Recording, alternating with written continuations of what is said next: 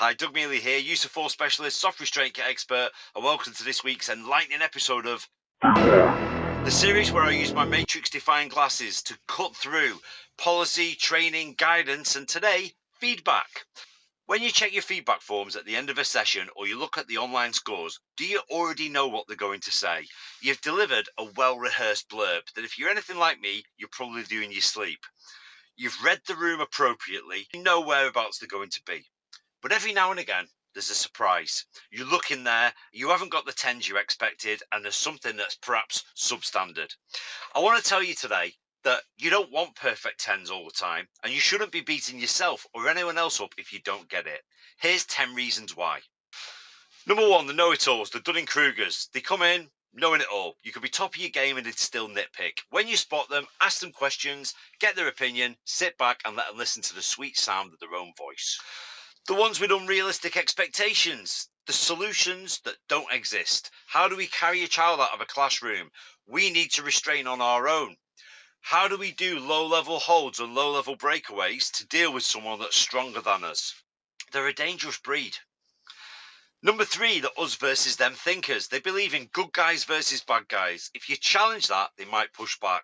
But do challenge it.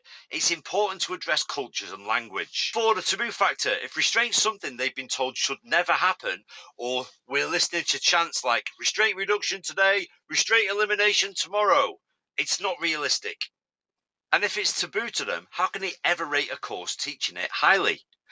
The daft questions. What do we do if we address a van full of ninjas? Assassin jumps out the fridge. How do you handcuff a one-armed man? That's my favourite. Invite questions throughout. If they leave confused, they'll take it out on the feedback. Listen, clarify, bring it back to the two types of risk, known or unknown, and look at reasonably foreseeable. The ivory towers, if they do come down and they're not on board, some staff will resist. That's their issue, not yours. Remember, what we teach is evidence-based with years of case studies. Maintain records of the training and of their replies. Ground rules matter. Horseplay, inappropriate behaviour, or simply not engaging, they won't like being held accountable. Doesn't matter to me if it's the leadership team, management, or care home owners.